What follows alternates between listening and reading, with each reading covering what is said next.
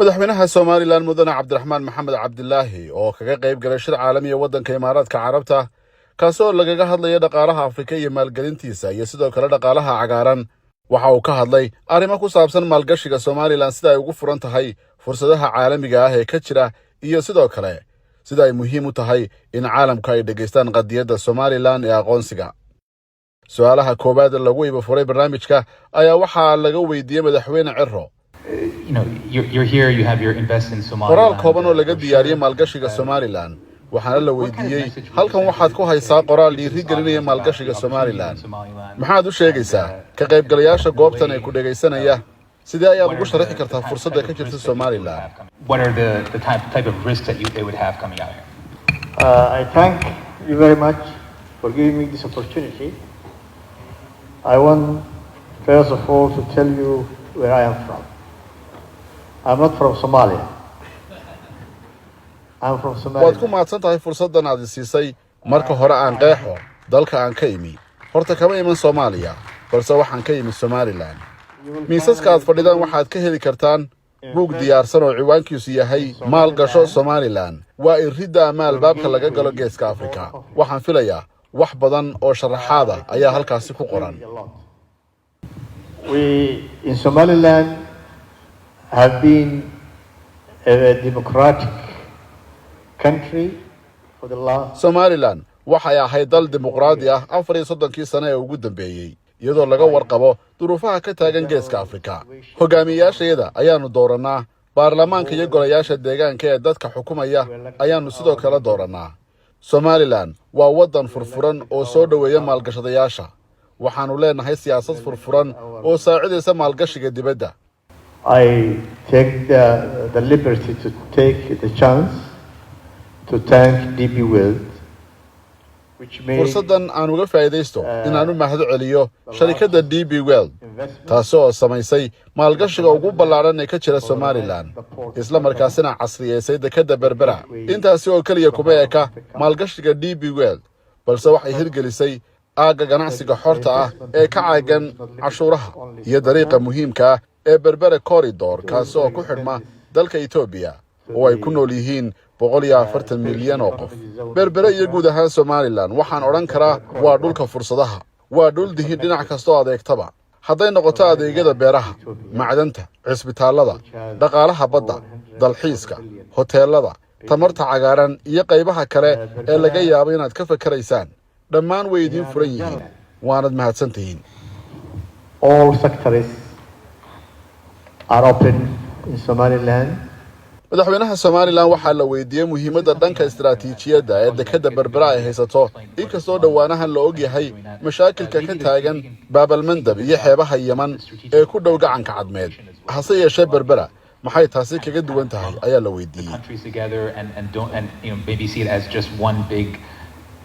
Gulf of Aden and Bab al-Mandab security risk, whereas I think it's a little bit different. Well, I think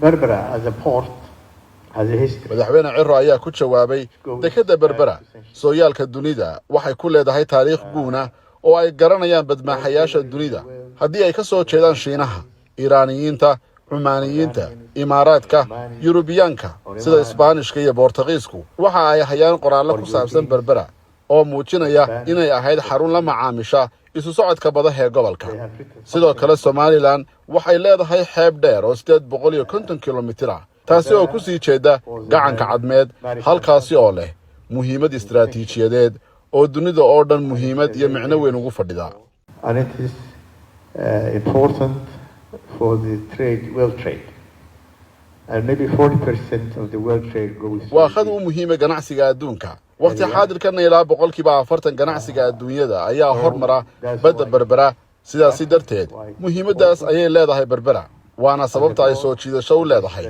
waxaan filayaa hogaamiye kasta oo caalamka ka arrimiya iyo ganacsade kasta oo dunida ah Somaliland muhiim ayay u tahay marka ay noqoto nabadgelyada badda iyo muhiimadda istiraatiijiyadda and I can claim myself I am the only elected Somali leader. No other Somali leader is elected.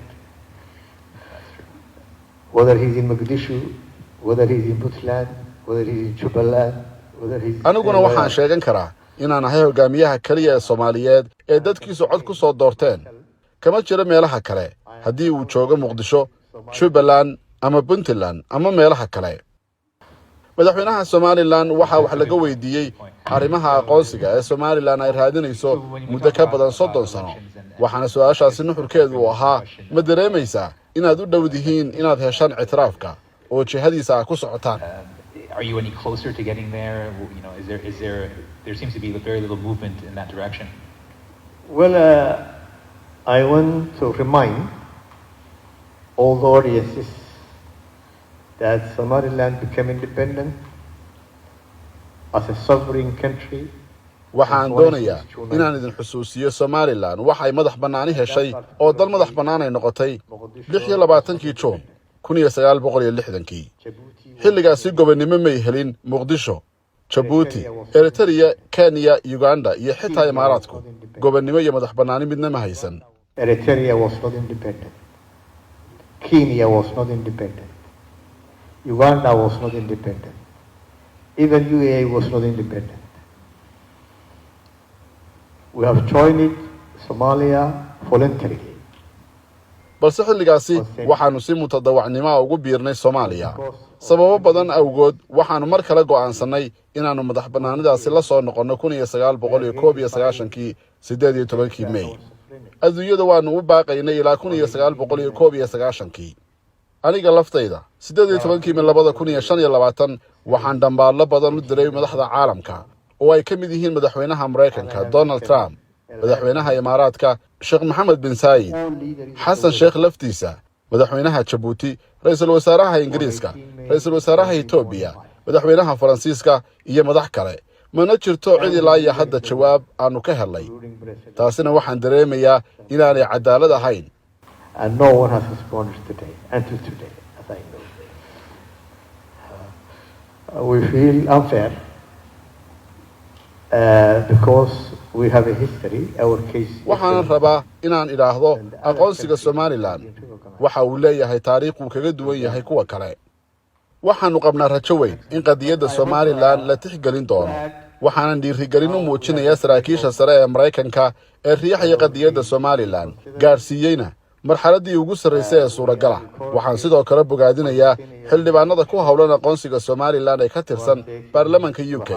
waxaan kale oo dhiirigelinayaa dadkii aan la kulmay intii aan socdaalka ku marayay dalalka dariska ah ee Kenya iyo Djibouti. waxaanan rajaynayaa ugu dambayn in Somaliland sida ugu dhaqsaha badan uga mid noqon doonto dalalka caalamiga ah mar dhow. Very soon will be a member of the international club. Very soon. su'aal kale oo laga weydiiyay arrimaha burcadbadeeda geeska Afrika ka jirta inkastoo aanay ka jirin xeebaha Somaliland.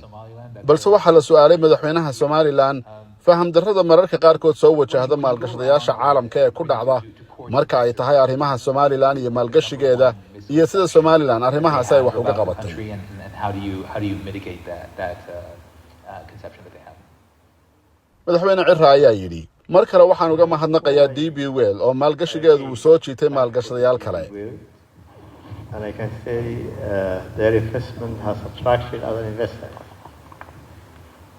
Now recently we have signed an agreement. dhawaan waxaanu saxiixnay maalgashi dhanka beeraha ah oo ay hirgelinayso sharikadda Farah Foundation kaasi oo ku kacaya ilaa $20 milyan oo wax soo saarka beeraha la xiriira. In general, I think the greatest misconception is that for the investors maybe they cannot differentiate between Somalia and Somaliland. maruu ka hadlaya arrimaha ay khalad fahmaan maalgashadayaasha caalamka waxa uu ku tilmaamay madaxweyne Cirro inay ka mid tahay in mararka qaarkood ay kala saari kari waayaan ama ay isku khaldaan Somaliland iyo Soomaaliya. waxaana uu sheegay inaanay Somaliland ka jirin burcadbadeed wax kiisas oo la xiriirana aanay dhicin sidoo kalena aanay khatar amni ka jirin gudaha Somaliland meel kastana ay mushaaxi karaan maalgashadayaashu. qof kasta oo tagay Hargeysa oo haddana tagay Xamar ayaa garan kara kala duwanaantooda. waxaa laga yaabaa marka aad Muqdisho tagto inaad u baahato ilaalo amni oo gaar ah balse Hargeysa iyo Somaliland uma baahni taas. maalgashadayaasha iyo ajaanibtuna waxay helaan nabadgelyo buuxda. In Somaliland, it is safe. It is free. It is friendly. They can come. They can invest. They can transfer their money easily. Somaliland waa meel xora oo ay ka shaqaysan karaan. haddii ay maal gashadaan Somaliland lacagtooda ayay ku xawilan karaan si buuxda oo nabadgelyo ah. Xuquuqda maalgashigana waa ay ka helayaan iyagoo maal gashanaya dhinacyada kala duwan ee dihin oo ay u furan yihiin maalgashigoodu. All sectors are open for investment. No restriction.